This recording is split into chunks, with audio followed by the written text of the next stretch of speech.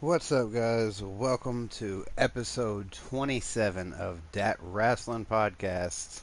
I'm your host today, Sheepshifter 23, and it looks like I'm your only host today, as the rest of DWP is nowhere to be found. I haven't heard anything from them. I don't know what's going on there, so I guess we'll just jump right into it. Started out the show with Roman Reigns coming out, um, talking some shit. Braun Strowman, what's going on, bro? How's it going? Thanks for stopping in, man. I appreciate it. Braun Strowman interrupted, and they got into a little altercation, verbally. And then Dolph Ziggler and Drew McIntyre came out, interrupted them, and said that they were gonna take on those two. So Baron Corbin came out and, of course, made the match. Um, this was okay, I guess. Not really that big a deal in my eyes. I think it's just a placeholder so that they can build towards the Hell in a Cell and all that stuff. I really don't think they know what they're doing right now or where they're going with it. So the next part was Finn Balor versus Baron Corbin. Um,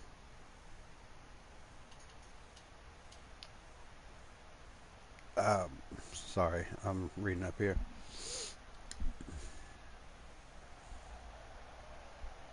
Well,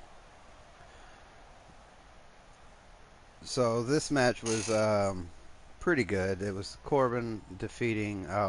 Sorry, Street. I didn't know. Corbin defeating Finn Balor in a no disqualification match. It lasted a little bit long, but overall, not too bad of a match. So it was what it was. The next match was Sasha Banks versus Dana Brooke. This was just really kind of boring, and I don't know why it was even there. It was pretty boring all the way around. I really didn't pay that much attention to it, so I can't really go that far into it. I was kind of doing other things too. As soon as I saw the card there, I just kind of instantly decided not to pay attention that much. This led into Seth Rollins Intercontinental Championship Open Challenge. Kevin Owens came out. The crowd popped really hard for that. It was pretty awesome. Um, it was a probably the best match of the night. Probably one of the best matches of the week. Back and forth. Kevin Owens and Seth Rollins just stole the show, literally.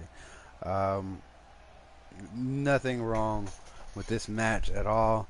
I mean, the finish, obviously led to what's coming next, but as far as matches go, this was top notch. Bleach Report gave it an A. I'd give it an A plus. Definitely one of the better matches I've seen in a while. So after the match, it went to commercial for me. And it came back, and they said that Kevin Owens had been sitting in the middle of the ring ever since the commercial break, and he just waited and waited.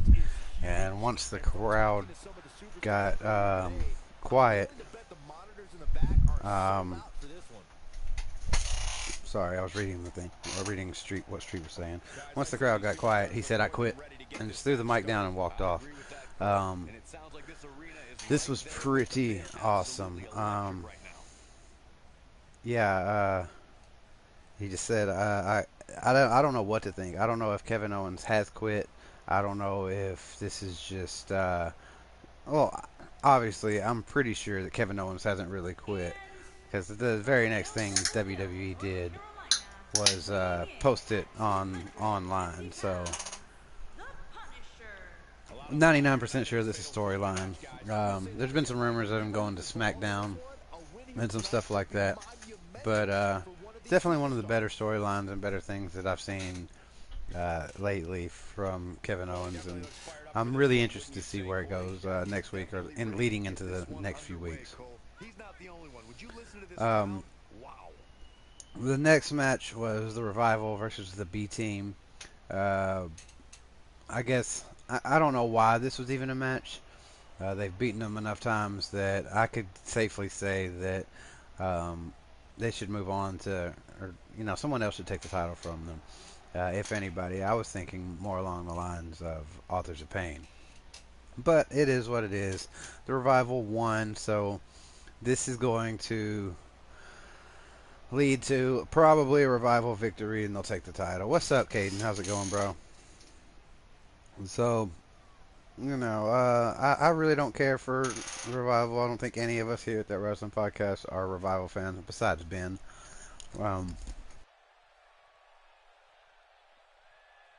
Dawson and Wilder, I guess, are getting better as far as in-ring uh, mic performances and stuff like that. But this just isn't the match that I see being interesting or even worth watching, to be honest. So coming up next, Elias came out and did his thing, made fun of Toronto, which prompted Trish Stratus to come out. Trish Stratus came out and started, talking about. They did a little back and forth. Elias said something about her being old, and she said something about, his music and stuff like that. And then she slapped him. And Ronda Rousey came out, and there was a big deal with Alicia Fox and Natty and Alexa Bliss and all that. So that led to Natalya versus Alicia Fox, and this was a pretty boring match. It gave Natty a win, especially after all her recent tragedy. So I can understand that, the booking and the logic in that. Other than that, it was, just kind of filler. And that took us into Bobby Lashley in a handicap match taking on Connor and Victor from the Ascension. This was really unfortunate, in my opinion, for the Ascension. Sure, it makes Bobby Lashley look pretty good, but it just buries the Ascension for no good reason. I mean, they're already pretty much forgotten about. What was the point of that? If you wanted to bury, two tag team members, you could do somebody who's already getting buried or something else. I think it was completely illogical to throw the Ascension out there like that, especially when Connor is as big as, if not bigger than, no, he was bigger than Bobby Lashley. So that just really didn't make sense to me. But hey, it is what it is. I'll take it for what it is, and it's just Bobby Lashley is not hitting the mark right now. I'm not happy with his push. I'm not happy with most of the pushes in WWE, but that's one of them in particular that's just really, really bad right now.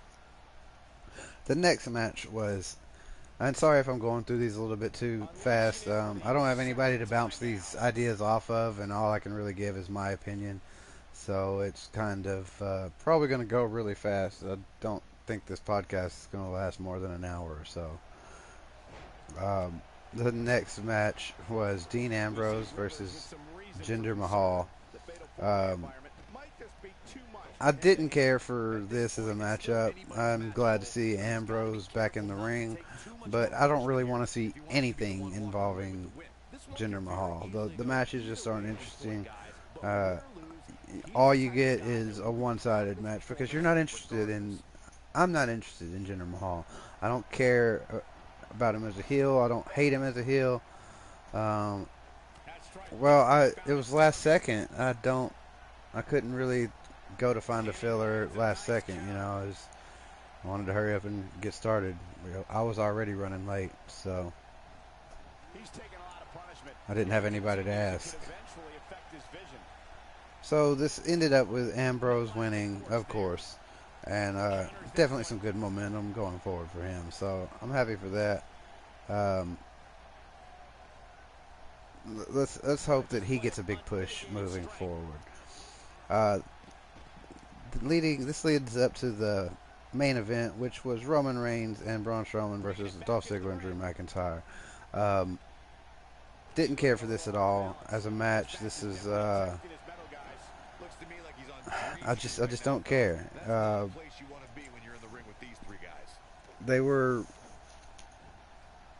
The match itself was okay.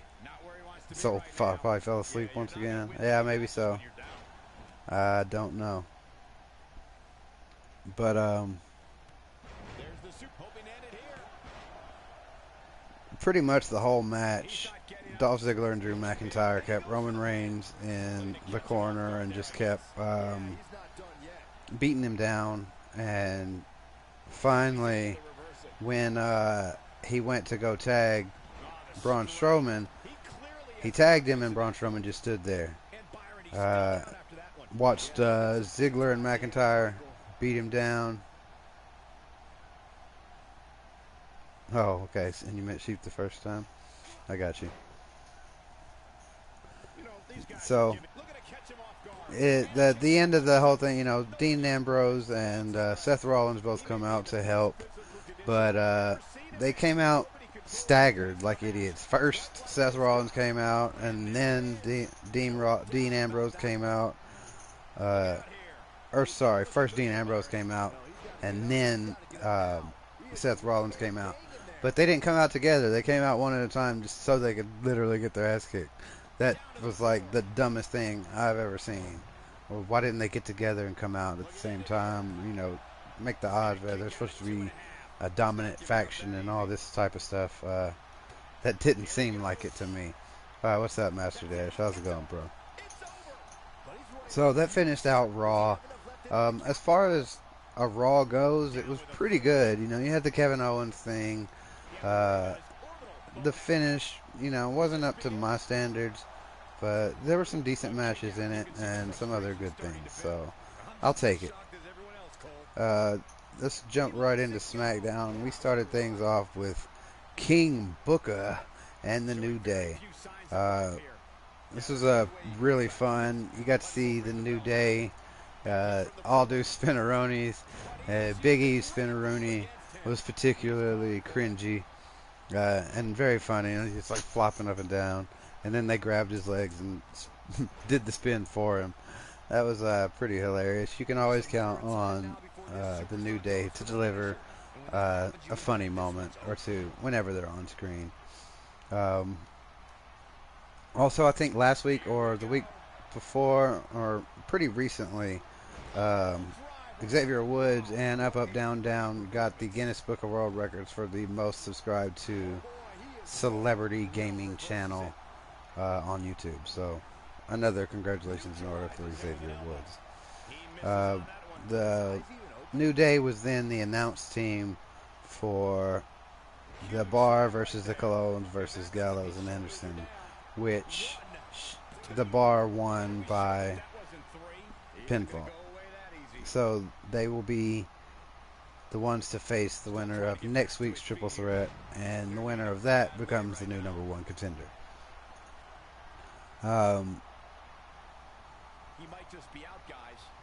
I did definitely like the whole thing. The segment was great. The match was good.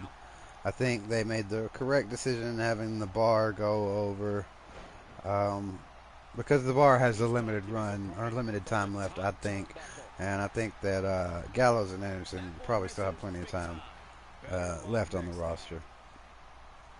The next match was Jeff Hardy, or the next thing was Jeff Hardy demanding that Randy Orton meet him at Hell in a Cell. It was okay.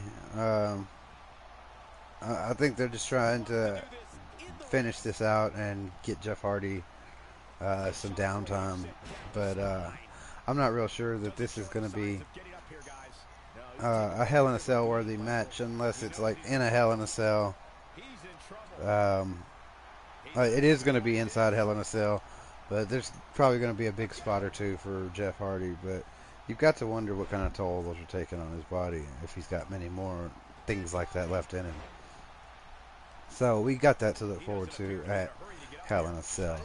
The next match was Naomi versus Billie Kay. The Iconics are, that kind of team, so they won via distraction. They're not very good in the ring to me, but they are sometimes funny, and they make a good dynamic. They offset each other well, and you can tell that the chemistry between them is real. So it adds to the credibility of them being a kind of a team. So I do definitely see them being a big deal in the future moving forward with, say, the women's tag team, if that does occur. Hopefully at Evolution. The next match was Daniel Bryan versus Andrade Cien Almas. This was a very long match. It was a very good match. Not quite an A+, but definitely up there. Not quite 5 stars, but probably somewhere around 4. I'm not the biggest fan of Andrade Cien Almas, but he's growing on me. And then in this, you had The Miz and Maurice attack Daniel Bryan and Brie. So there was that little moment in there to further that storyline, and that was definitely interesting, and I had no problem with that. So after this, you have AJ Styles doing a promo, talking some shit to Samoa Joe, but Samoa Joe popped up on the Titantron, called Wendy, and promised to be at her cookout. So AJ Styles took off to the back and tried to find Samoa Joe. As far as these are going, this one was kind of dumb. But, they're trying to keep it going. I can understand the thought there. I would like it to maybe be a little bit more physical building up to Hell in a Cell. But I'll take what I can get, especially when it's Samoa Joe and AJ Styles, because I know they'll burn it up when they get in the ring at Hell in a Cell. And so the next thing was SmackDown Women's Champion Charlotte Flair versus Carmella. Pretty good match through and through. Charlotte, of course, won, but Carmella was better in the ring. I definitely saw an improvement there. But the big deal here was Becky Lynch coming out after the bell had rung and assaulting Charlotte and promising that she was going to get her belt back come Hell in a Cell.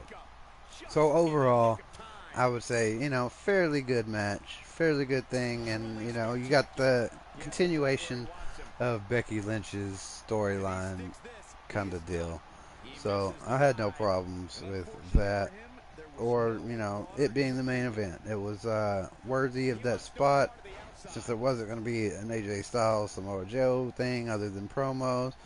That Daniel Bryan and Andrade Cien almost, could have theoretically been there. But people are definitely really wanting to see what's going on with Becky Lynch. And I see that being the correct decision to move that into the main event. Hopefully, as we've discussed previously on the podcast, Becky Lynch will finally get her belt, or maybe even not, and then they continue to struggle, make it a bigger, longer deal. Who knows? Maybe it could be something like co-main event WrestleMania or something, if they could stretch it out that far. But as far as SmackDown goes, pretty good. Not quite as good as usual. As a matter of fact, I would probably say, other than the Andrade Cien Almas and Daniel Bryan match, Raw was probably better than SmackDown, this week at least. So the only thing really left was NXT. It started off with William Regal addressing Aleister Black's attack. He came out and was talking to Johnny Gargano, and Johnny Gargano was like, look me in the eyes and you'll know. That was so stupid. It wasn't. I was like, you're dumb. Come on.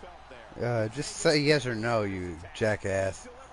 And then Velveteen Dream came out and was, talking crap like Velveteen Dream does. And William Regal announced a match between Johnny Gargano and Velveteen Dream next week. Now, that's going to be a good match, but I don't know who's going to go over there. You would think that with Velveteen just winning over EC3, then he needs to continue gaining that momentum, or it's just going to all slide back downhill. But if Gargano loses, then, is he just going to be the new jobber? Is he going to quit? Is he going to get called up? I'm not exactly sure. I also don't think, I don't know, maybe they'll say Gargano was the one who attacked Aleister Black, but I still don't know. Lars is a pretty decent bet, especially considering what happens later on. So the next match was Dakota Kai versus Aaliyah.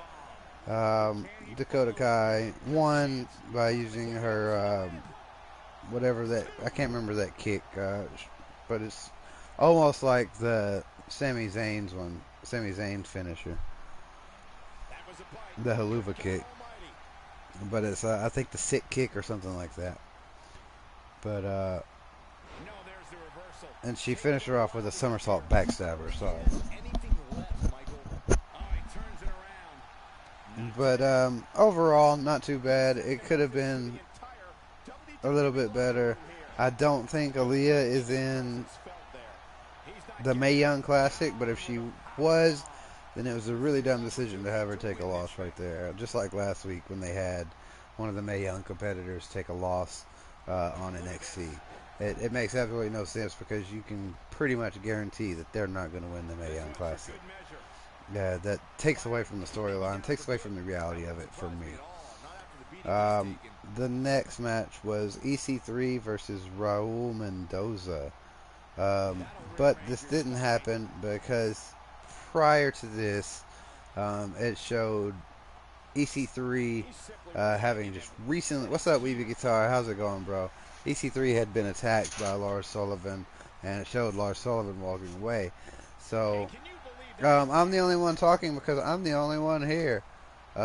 Ben is got company, I guess. Street is at his mom's, and Soul is AWOL. So I'm literally doing the podcast all by myself. And we're already almost done because I don't have anybody else to really talk to about this. Gargano versus Ciampa on the last man standing match was pretty nuts. That was... I didn't care for the finish, to be honest. How, it was another little tricky little, last minute thing. I guess it was for what it was. One of these superstars is going to walk away with a win here. Well, I'm not gonna not do the podcast. People expect the podcast to, be on at this time every Sunday, Saturday. So I'm going to make sure that it's here, and you can at least get my opinion.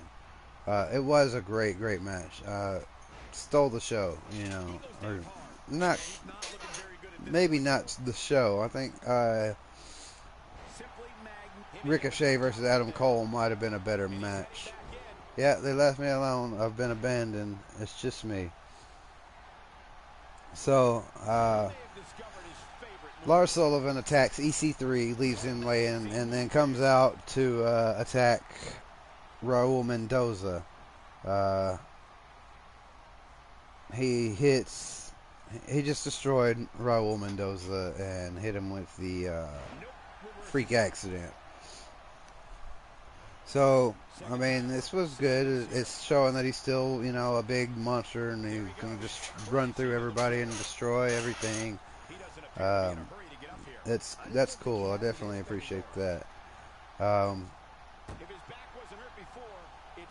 Lars Sullivan is different to me, though, because he's only effective as a monster on NXT. The minute he goes to the main roster, he's going to be just like anybody else. He'll probably be a jobber on the main roster because he's not really that big compared to some of the guys on the main roster. He just happens to be probably the largest guy on the NXT roster. So the next match was Keith Lee taking on Luke Menzies. It was a pretty good back and forth, and you got a little bit of the high flying stuff from Keith Lee, and you got to see, what his deal is pretty much. I'm excited to see what he's gonna do, but I don't think it's gonna be extremely relevant. I keep wanting to say relevant. I don't think it's gonna be the best. I don't think that his run is going to lead to, NXT Championship. Maybe North American or a tag title or something like that. But right now, I just don't see it. The crowd pops for him really well. And I guess he's, got a name for himself as far as we want Aleister Black, right? He's kind of made a name for himself in the indies, so I guess I can understand that, and I see where they're going with that.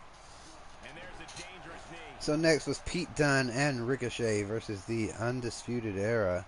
Now this was a great match, but then again, anything with any of these competitors is always a good match. Undisputed Era won with, obviously through some... Well, it was miscommunication. Ricochet did the suicide dive and actually hit Pete Dunne when they shoved him into the way. It was a pretty good Pete Dunne versus Dean Ambrose or Seth Rollins. Yeah, those would be either one of those would be good. I think it'd probably be better with Seth Rollins. All right, man. Thanks for stopping in. I appreciate it. Yeah, for sure. At least you stopped by. Yeah, at least somebody showed up, right? So, definitely a great match. 100% behind anything involving any of these guys. The War Raiders showed up. Like, out of all of these guys, I'm least excited about the War Raiders. They're not that big a deal to me, personally. I guess it'd be cooler if they had like some personality or something, like how Heavy Machinery, they got Otis Dozovich, and he's, got a very good personality. You can tell right away, they're interesting characters, or like the Street Profits, or they have fleshed out stories, and you care about them because you feel like you know something about them. Whereas, a lot of times you would think you don't know something about it to add mystery or make them more mysterious, but that's not really the case with the War Raiders for me. Not knowing anything about them just kind of makes them more bland to me. They're just tattooed guys with beards. I guess I might need to go back and watch some of their previous stuff or something like that. Watch some of their indie stuff, and maybe that's where I'm missing. But right now, it's going to take some doing for me to get fully behind the War Raiders. So that was all of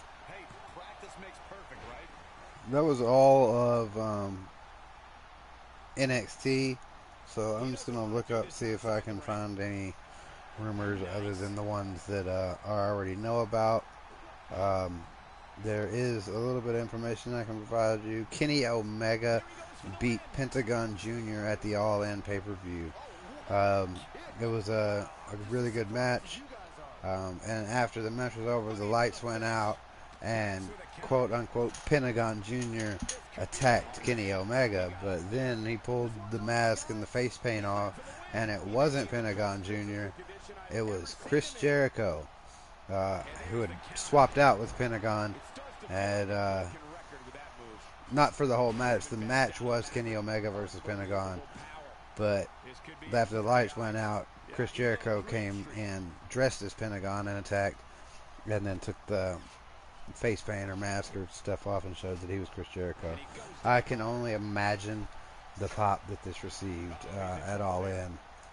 It was probably like the icing on the cake, so to speak, for what was probably one of the best events outside of WWE. Probably even better than most WWE pay-per-views. The next match that I can definitely tell you for sure about was Cody Rhodes beat Nick Aldis, winning the NWA World Heavyweight title. So, obviously, Cody Rhodes still doing some pretty great things. The only other big news that I have is AJ Styles' rating has been released for WWE 2K19. He's going to be a 91. So that's 1 point higher than last year. But I don't think we can really make any big assumptions until we see what everybody else is. If Roman Reigns is still a 95 and, stuff like that, then a 91 is not very good for AJ Styles. But if Roman Reigns has been nerfed and some others have been nerfed and it's been more balanced, then 91 could be a good number for AJ Styles. Also, it seems that Ken Shamrock might be eyeing a return to WWE. He says he has some unfinished business. He only won the world title once. Now, the world's most dangerous man won the Intercontinental Championship, the WWE Tag Team Championship with Big Boss Man, and became King of the Ring. He never won the world title and wants to achieve that. I wouldn't have a problem with Ken Shamrock coming in and winning the title for a short run. That would be interesting, and I think it would be deserved. He was one of the first WWE superstars to transition into UFC. I remember watching a couple of his UFC fights. He was pretty good. Another WWE superstar who transitioned into UFC around the same time was Dan the Beast Severn. Who at one point was a member of a tag team with Sergeant Slaughter, I believe. But that just goes to show, the long history of WWE and UFC kind of working together, or, being compatible with each other. So, guys, I really don't have any other news or info. I know this went super, super fast, about an hour and a half faster than it usually goes. But I didn't have anybody to bounce any ideas off of. I didn't have... I'm just sitting here giving you guys my thoughts on it. And usually I'm a little bit more prepared, but I didn't know I was going to be doing it by myself. So it's a little bit awkward. And I'm not really exactly sure what else to say. So we're going to go ahead and end the podcast here. Hopefully you guys next week will be better. Everybody will show up. No, I'm not going to stream tonight. I'll be streaming tomorrow. I've got some stuff I need to take. I'm really not feeling very well today, and I just got off work. I'm really tired. But I will be streaming tomorrow. WWE. That's probably the only thing I'm going to stream tomorrow. I haven't really found anything else to stream. So, guys, make sure you hit that like button, hit that subscribe button. Thanks for stopping by. Dat Wrasslin Podcast. We appreciate it. Like I said, hopefully next week things will be better and we'll have the whole crew here and it won't be so boring and you won't just have to listen to my dumb ass the whole time. Anyway, thanks guys. See you later.